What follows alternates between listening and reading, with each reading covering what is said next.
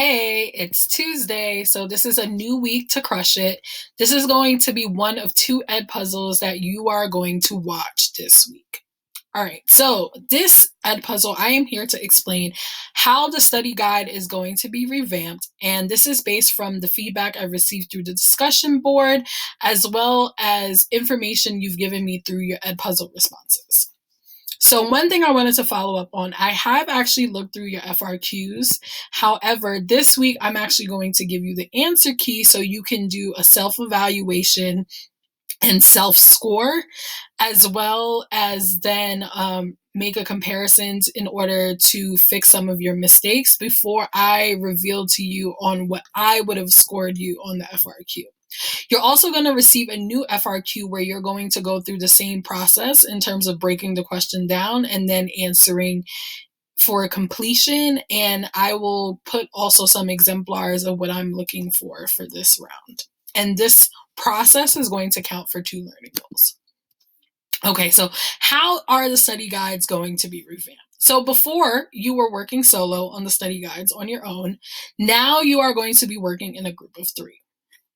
Also, you specifically had to create a specific kind of study guide before. Now I'm going to leave the format up to you in terms of how you want that study guide to look like. So basically, if you're a person who likes summaries, you can go ahead and do that. If you're a person who loves concept maps and diagrams, you will have the option to be able to do that. Before, you were submitting the study guide in 2 parts, considering it was long. Now you're going to be submitting 1 study guide, but you are going to have more time to be able to work on that study guide. Lastly, what is not going to change is me giving you the vocabulary list of words that you need to connect with each other for this particular unit.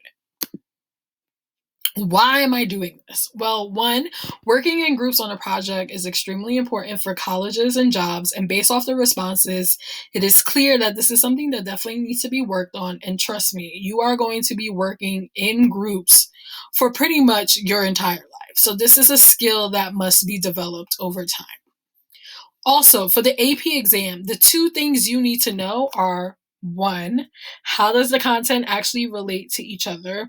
And then 2, be able to answer the FRQ. So this process that we're going to engage with this week should hopefully help you with that. And then lastly, what is going to help you make information and make sense of this information.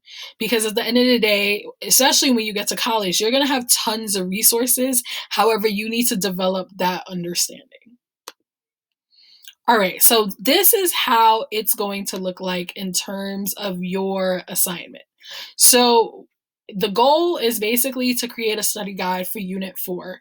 And you're basically a consultant for College Board, and you are creating a study guide for high school students taking the AP Bio exam. And so because of all this remote learning, study guides are going to be crucial in order to review all this information. And College Board needs your help. So you will be required to organize all the information for Unit 4 using one of the options that I'm going to go over soon. You must make sure to feature all the vocabulary that is listed in the guide that you will receive, and you should make sure to number each vocabulary word the way it was numbered so I can ensure that all the vocabulary words were used. Also, you need to be able to somehow show how all the vocabulary relates to each other in Unit 4, because again, the most crucial part is making these connections. And then also, this is a group effort. So there is a proposal that you're going to have to work through in order to plan out what your group work looks like. And so that will help you with the planning. And also, I would like at least 3 illustrations on the study guide because, again, visuals are super helpful in helping you remember. So there's going to be a deadline each day. So the first deadline is going to be a group work proposal, and that's basically a document that you're going to be filling out. So that's going to be due by tomorrow. There is a deadline in terms of arranging some sort of 10-minute virtual group meeting. So basically, you need to just tell me when your group and I can meet virtually, and I can set up the invite for Zoom. And so the point of this is for you to walk me through your concept map so I can make sure you fully understand everything on the concept map, as well as reflect on how you guys did together as a group. And then there's also, however, that's due at any point by Thursday, 4 p.m. And then there's this actual study guide itself, which is going to be due by Thursday morning. And this is the only study guide required for the week. Last but certainly not least, similar to what we did last week, we're going to have FRQ Fridays. However, I'm just going to add one piece in terms of you looking at the answers from last week, and that will be due Monday, April 6th. Okay. So these are the groups. So since there are 18 people, it splits up evenly into 6 groups with 3 people each. So make sure with your group, you're reaching out to your fellow members, sending an email, G-chat, text message of like, we are together in a group. We need to figure out a plan. So this is an example of what is due by Wednesday. And so the main components is talking through how are you guys communicating through this. So obviously you can't meet in person, but there's so many resources that you can use. You can use Google Hangout, you can use FaceTime, GChat, email, text, call, all the resources in the world. 2, how are you actually delegating roles? So listing out who is doing what role and making sure everyone has an equal part in this. 3, accountability. How are you going to actually hold each other accountable to make sure this work gets done and gets done on time? 4, the timeline. So how are you planning to complete it since you have a couple of days to get this done? And when are you planning to schedule that check-in with me? There's also the study guide type, which we will go over in a second. You'll have a few options from what you can choose from. Format. So are you planning to do this on Google Docs? Are you planning to do this on Google Slides? Are you planning to do this on paper and then you're going to take a picture? And then lastly, discussing what has worked well so far. What are issues that came up that you need to fix by Thursday? Because that is helpful for me to know. All right, so Thursday, there is the virtual group meet. So you need to make sure to schedule this actually by Friday, 4 p.m. So sorry for my mistake before.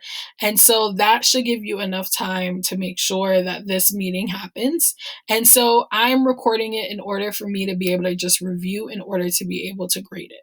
So you'll walk me through the study guide. So everyone must make sure that they have a part in explaining the study guide. And then there will be questions that you will have to answer about your group work. All right. Last but certainly not least is the study guide itself, the exciting part. All right. So study guide number 1. So one option is creating a concept map. So I put an example using some of the vocab words from last time.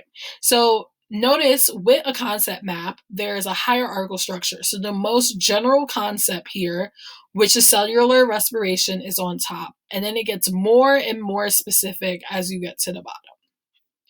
The words that are in the circles are known as nodes. And so these are basically the key words, or in this case, the vocabulary that you need to use. Notice there's also arrows and there's words. So these words are known as your linking words or phrases, and these basically describe how 2 words are actually connected to each other.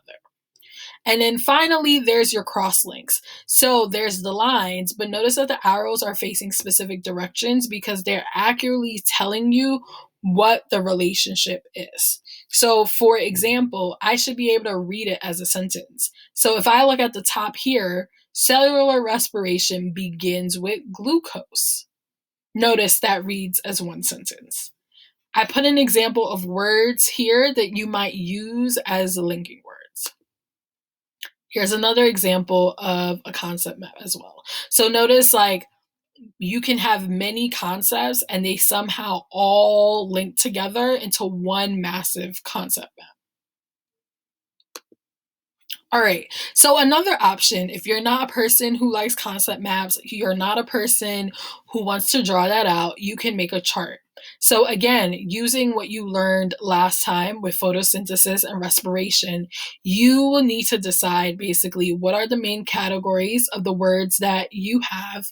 Think about what are the essential questions that you might have as categories on the side here. So, for example, for both photosynthesis and respiration, you're answering where, you're answering when, the input, the output, but then also it's helpful to include visuals. Like this is very visually appealing for anyone studying. All right, so a third way is categorizing the word. So considering you have a long list, a good way to go about it is to think about how all the words can be grouped into categories. So here's an example of vocabulary being grouped into different categories. Now, if you choose this method, it is not enough to just sort through the words. You must explain in writing why or how you categorize the words. And you also need to explain how all the words are related to each other. So it's not enough to just put the words. You need to actually write full sentences that includes definitions and includes explanations of how all the words are connected in full sentences. Last but certainly not least are outlines. So some of you guys explained that you love chapter summaries. So I included a copy of a PDF as a resource from the prep book. I've also included several videos that you're welcome to look through. There's also Google as your friend too. So with all the resources that you have available, you can create an outline. And obviously in the outline, you need to make sure that all the vocabulary is used as well. So notice there's the general outline of photosynthesis and cellular respiration. But then within cellular respiration, then you go into further into different types of reactions. All right, so we're almost there. So in terms of best practices, it's helpful to stick with that hierarchical structure. So thinking what is the most general and how you're going to get more specific as you keep going. Color coding is super helpful. So think about people love color. It just helps visually to make things more appealing and also just makes it easier to read. And it also shows you how information is related to each other. Also, you want to make sure that everything actually makes sense with each other. So if you're going to put two concepts together, they need to actually make sense. And then last but certainly not least, you should always base this on a single question that the rest of the concept map or the study guide is going to help you answer. Okay, so you might be wondering, what is the best format for the assignment? So again, leaving it up to student choice. I do not want to limit you here. I also want to see your creativity. So you might decide Google Docs might be a good way if I'm creating, let's say, a chapter outline. You might do Google Slides if you're doing some sort of chart or some sort of grouping, or for your outlines, you might decide to draw a big concept map on paper and then take a picture. Or you might go through a video. So using this app that I'm using, Screencastify, where you have a slideshow and then you're embedding a video as you talk. And then also you might create a movie with iMovie with slides to explain. So try to think out the box of what is going to help you and what's also going to help your classmates, because I also do plan on posting these study guides so you can help each other study as well.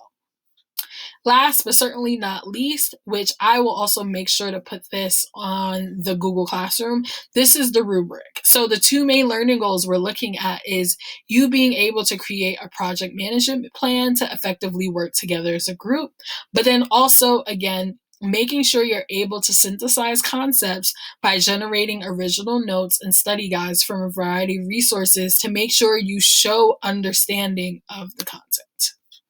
Last but certainly not least, office hours. So I sent out invitations to those who I wanted to check in with today, and I will continue to do so for the last 2 days. So that was a lot. I know it's a lot to digest. Please feel free to shoot me any questions. I'm available via GChat. I'm available via email, via discussion board. Anyone who has reached out to me, I have responded. Again, try to think outside the box. And again, ultimately, this is to help you study and prepare for the AP exam. You've learned everything.